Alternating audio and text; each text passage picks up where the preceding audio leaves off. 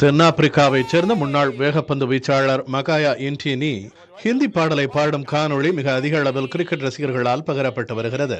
தென்னாப்பிரிக்கா இந்தியா இடையேயான இரண்டாவது டெஸ்ட் போட்டி முடிவடைந்த பின்னர் இந்திய சுழற்பந்து வீச்சாளர் ரவிச்சந்திரன் அஸ்வினும் தென்னாப்பிரிக்க முன்னாள் வேகப்பந்து வீச்சாளர் மகாயா இன்டினியும் பல்வேறு நிகழ்வுகள் குறித்து விவாதித்தனர்.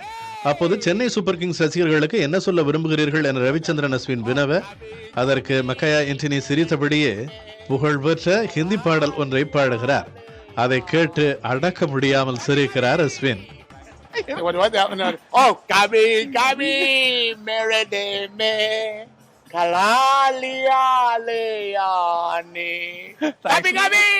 இரு வீரர்களுக்கு இடையே உள்ள ஈடு இணையில்லா நட்பை பறைசாற்றும் விதமான இந்த காணொளி ரசிகர்களால் அதிக அளவில் பகிரப்பட்டு வருகிறது.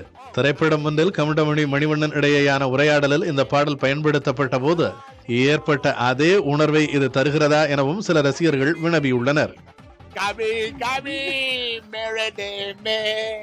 கலாலியா